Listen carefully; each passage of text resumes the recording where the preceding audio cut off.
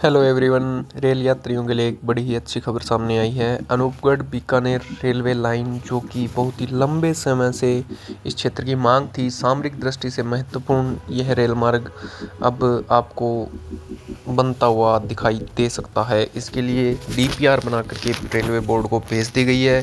समय समय पर अनेक तरह के प्रस्ताव दिए जाते रहे हैं, मांग उठाई जाती रही है, लेकिन लगभग ये आकार नहीं ले सकी रेलवे लाइन। लेकिन अब एक अच्छी खबर निकल के सामने आई है। हाल ही में पीछे इस रेलवे लाइन के लिए 75 लाख रुपए जारी किए थे सर्वे के लिए। उसके बाद सब कुछ फाइनल हो चुका है और अभी जो है डीपीआर बनाकर वो रेलवे लाइन के लिए रेलवे बोर्ड को भेज दी गई है।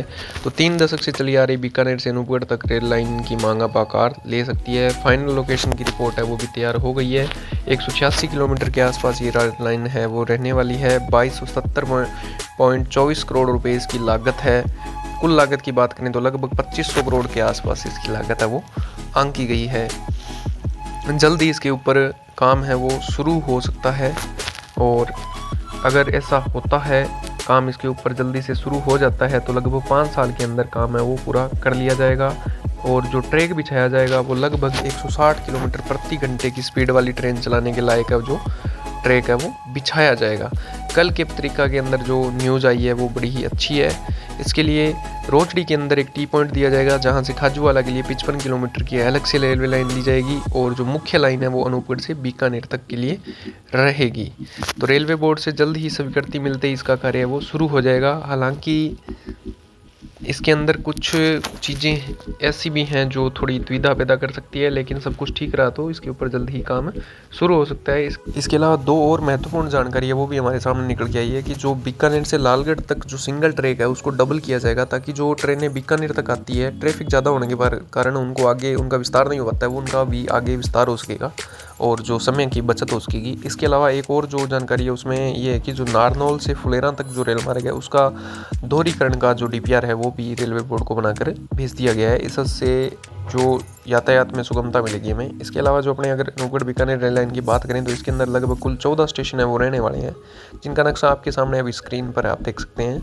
अनूपगढ़ से ये शुरू होगी और पस्तरोड़ा, गड़साना, खाजूवाला, पुग्गल, करनीसर होते हुए ये जानसर जो स्टेशन है अभी वहाँ तक जाएगी और जानसर से जो सूरतगढ़ बीकानेर वाली रेल लाइन है उसके अंदर जाके ये मर्ज हो जाएगी। आगे इसका जानसर से जो बीकानेर तक रास्ता है वही रहने वाला है। तो जल्द ही अगर इस पे काम शुरू होता है तो अनूपगढ़ वासियों के लिए निश्चित तौर पे ही एक बहुत बड़ी सुखद खबर है। और ट्रेन की रफ्तार है वो 160 किलोमीटर प्रति घंटा, तो लगभग समय की भी बहुत बचत रहेगी बीकानेर आने जाने वालों के लिए।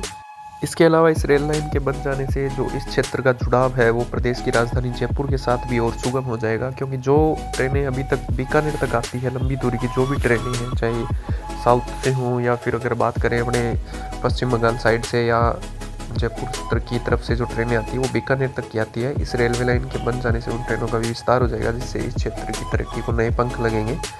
सामरिक दृष्टि से भी ये रेल लाइन बहुत महत्वपूर्ण रहेगी, क्योंकि ये बॉर्डर का एरिया है, जिसकी वजह से जो सेना के जवानों की भी मूवमेंट है वो भारी संख्या में यहाँ रहती है। तो सेना के जवानों को आने जाने में और सेना के साजो सामान को ले जाने के लिए भी ये रेलवे लाइन महत्वपूर्ण साबित होगी।